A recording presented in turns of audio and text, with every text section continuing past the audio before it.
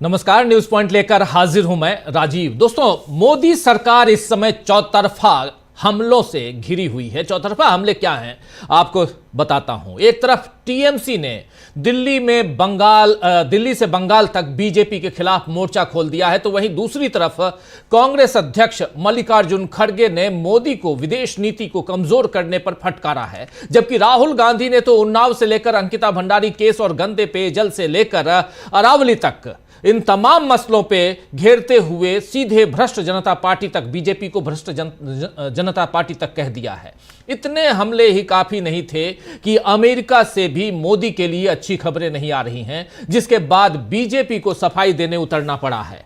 अब बीजेपी कितनी गलतियों की सफाई देगी और कहां तक देगी ये देखना होगा। लेकिन अभी ममता बनर्जी ने जो कुछ कहा है, जो चुनौती मोदी सरकार के सामने वो पेश कर रही हैं, उससे कहीं ना कहीं मोदी सरकार घिरी हुई है और कैसे इससे निपटेंगे नरेंद्र मोदी ये देखना होगा। आप जानते हैं कि पश्चिम बंगाल में आईपैक यानी इंडियन पॉलिटिकल एक्शन कमेटी पर ईडी की छापेमारी कल हुई और कल से वहां बवाल मचा हुआ है, जो आज और बढ़ गया।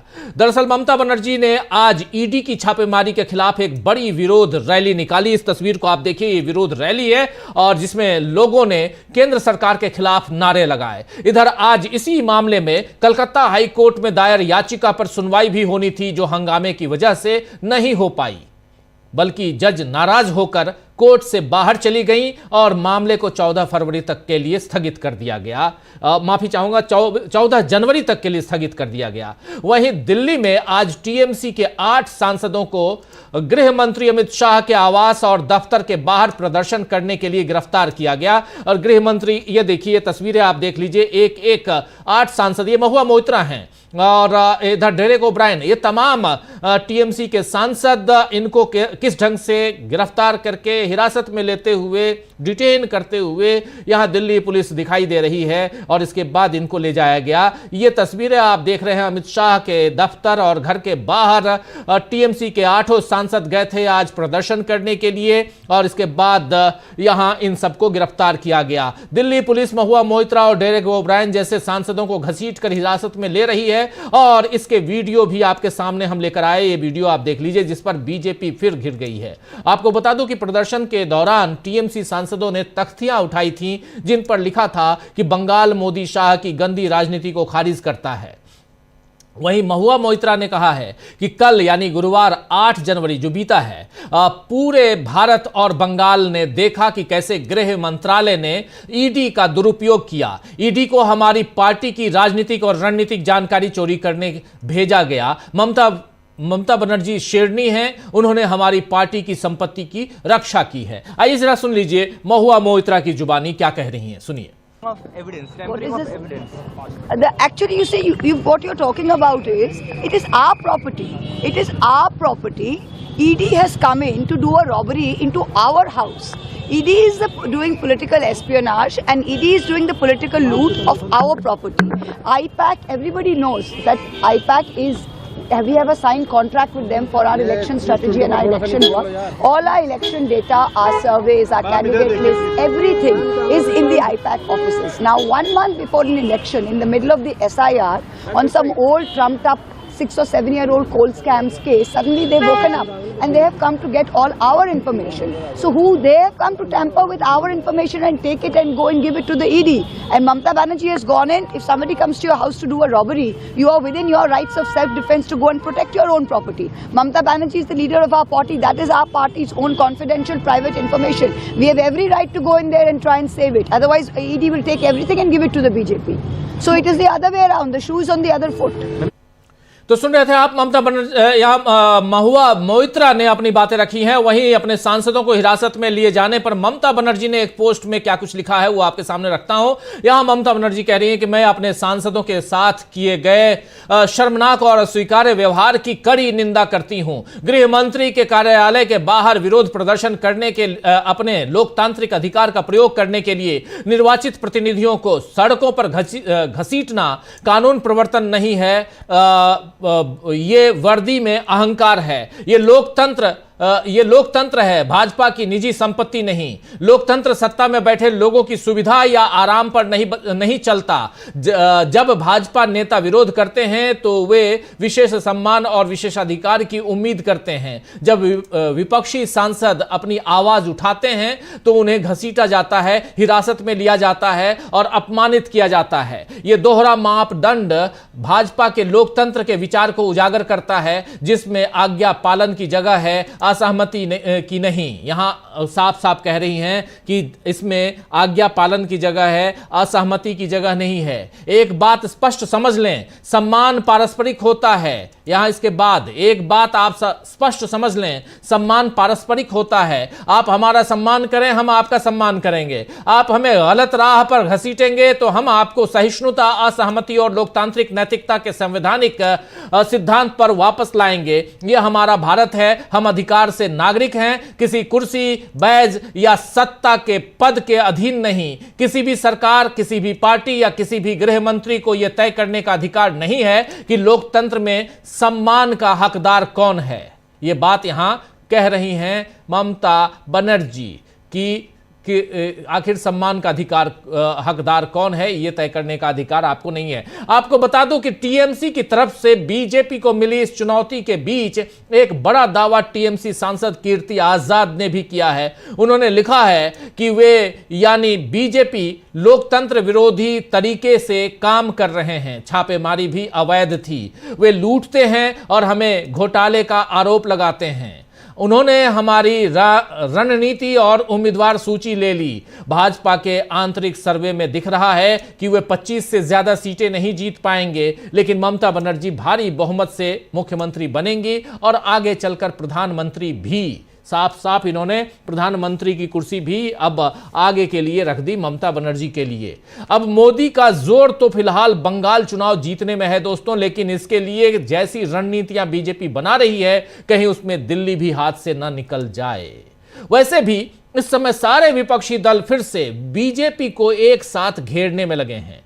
मनरेगा पर कांग्रेस के अलावा आम आदमी पार्टी भी बीजेपी के विरोध में उतर आई है, तो दूसरी तरफ उत्तर प्रदेश के एसआईआर में समाजवादी पार्टी और कांग्रेस ने मोर्चा खोला है। वहीं आज बिहार की सियासत भी गर्म हो रही है, क्योंकि अब लालू प्रसाद यादव तथा उनके परिवार के सदस्यों के खिलाफ जमीन के बदले नौकरी मामले में आरोप तय कर दिए गए हैं। इस फैसले से मुकदमे की शुरुआत का रास्ता खुल गया है, जिसका असर बिहार की सियासत पर पड़ सकता है। वहीं आज राहुल गांधी ने मोदी सरकार को कई मामलों में घेरते हुए लिखा है कि देश में भ्रष्ट जनता पार्टी, जी हां, भारतीय जनता पार्टी के लिए लिख रहे हैं राहुल गांधी कि देश में भ्रष्ट जनता पार्टी की डबल इंजन सरकारों ने जनता की जिंदगी तबाह कर दी। भ्रष्टाचार के साथ सत्ता का दुरुपयोग और अहंकार का जहर बीजेपी की राजनीति में ऊपर से नीचे तक फैल चुका है। इनके सिस्टम में गरीब, असहाय, मजदूर और मध्यम वर्ग की जिंदगी सिर्फ आंकड़ा है और विकास के नाम पर वसूली तंत्र चल रहा है। उत्तराखंड में अंकिता भंडारी की निर्मम हत्या ने पूरे देश को झकझोर दिया, लेकिन सवाल आज भी वही है, सत्ता का संरक्षण बीजेपी के किस वीआईपी को बचा रहा है? यह सवाल यहां पूछ रहे हैं। कानून सबके लिए बराबर कब होगा? उत्तर प्रदेश के उन्नाव कांड में भी पूरा देश देख चुका है कि सत्ता के गुरूर में अपराधियों को कैसे बचाया गया और पीड़िता को न्याय के लिए कितनी कीमत चुकानी पड़ी। इंदौर में जहरीला पानी पीकर मौतें हों या गुजरात, हरियाणा, दिल्ली तक काले पानी और दूषित सप्लाई की शिकायतें, हर तरफ बीमारियों का डर है। राजस्थान की अरावली हो या प्राकृतिक संसाधन, जहां जहां अरबपतियों का लालच और स्वार्थ पहुंचा, वहां वहां नियमों को रौंद दिया गया। पहाड़ काटे जा रहे हैं, जंगल उखाड़े जा रहे हैं और जनता को बदले में मिल रहा है धूल, प्रदूषण और आपदा। खांसी के सिरप से बच्चों की मौतें, सरकारी अस्पतालों में नवजातों को मारते चूहे, सरकारी स्कूलों की गिरती छतें, ये लापरवाही नहीं, भ्रष्टाचार की सीधी मार है। पुल गिरते हैं, सड़कें धंसती हैं, ट्रेन हादसों में परिवार मिट जाते हैं और बीजेपी सरकार हर बार वही करती है, फोटो ऑप, ट्वीट और मुआवजे की औपचारिकता। मोदी जी का डबल इंजन चल रहा है, लेकिन फिर अरबपतियों के लिए, सिर्फ अरबपतियों के लिए, आम भारतीय के लिए यह भ्रष्टाचार की डबल इंजन सरकार विकास नहीं, तबाही की रफ्तार है, जो हर दिन किसी न किसी की जिंदगी कुचल रहा है। ये बात यहां राहुल गांधी कह रहे हैं। इधर उन्हीं की पार्टी यानी कांग्रेस पार्टी के राष्ट्रीय अध्यक्ष मल्लिकार्जुन खड़गे ने विदेश नीति के मामलों पर मोदी सरकार को फटकारते हुए क्या कुछ लिखा है वो भी आपके सामने रखना चाहता हूं।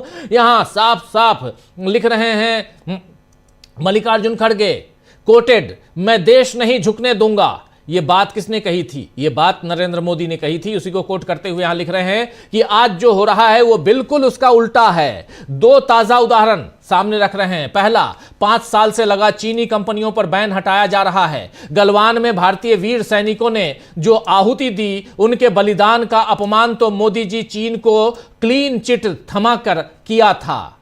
अब चीनी कंपनियों के लिए लाल कारपेट बिछाकर वो ये दिखा रहे हैं कि उनकी लाल आंख में चीनी लाल रंग कितना गहरा है।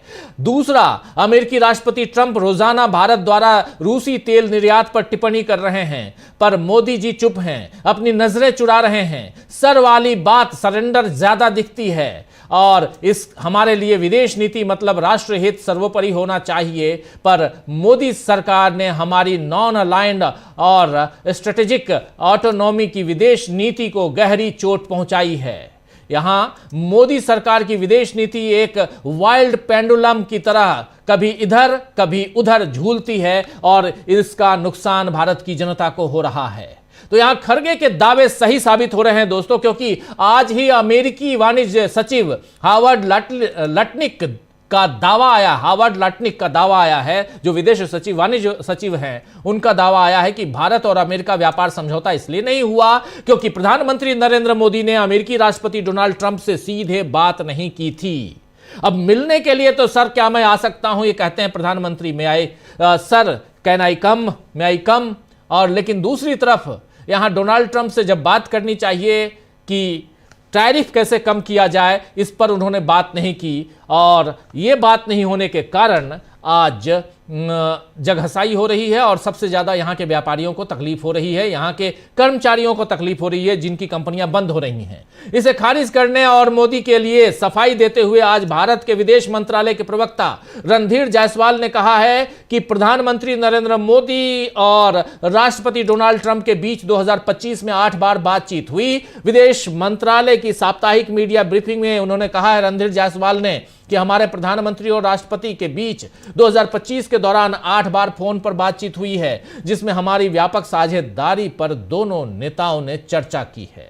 तो जिस तरह से मोदी सरकार को बार बार सफाई पेश करने की जरूरत पड़ रही है, उससे जाहिर है कि वाकई विदेश नीति को पेंडुलम की तरह सरकार ने बनाया है। लेकिन विदेश नीति ही नहीं बल्कि पूरी की पूरी मोदी सरकार क्या पेंडुलम की तरह कभी इधर तो कभी उधर की तर्ज पर काम कर रही है? क्या विपक्ष के हमले और खासकर टीएमसी की चुनौती के बाद अब पूरी तरह से घिर गए हैं नरेंद्र मोदी? क्योंकि टीएमसी सीधे सीधे नरेंद्र मोदी और अमित शाह पर हमला कर रही है और आज उधर कलकत्ता में जो कुछ हुआ और इधर दिल्ली में जो कुछ हुआ, यह साफ साफ बता रहा है कि पश्चिम बंगाल का चुनाव, जिसकी शुरुआत अभी नहीं हुई है लेकिन उससे पहले सियासत बहुत गर्मा चुकी है। दिल्ली की सर्दी अपने सितम पर है और लेकिन उसके साथ साथ सर्दी का सितम जो है वो बिल्कुल सबाब पे है कह सकते हैं, लेकिन उसके साथ साथ जो कुछ हो रहा है वो उसको यानी जो गर्माहट, सियासी गर्माहट है, उसको नरेंद्र मोदी कैसे बर्दाश्त करेंगे, अमित शाह कैसे बर्दाश्त करेंगे और ईडी और चुनाव आयोग, इन दोनों का जिक्र यहां करना जरूरी है और इसकी चर्चा आगे करेंगे हम साथ साथ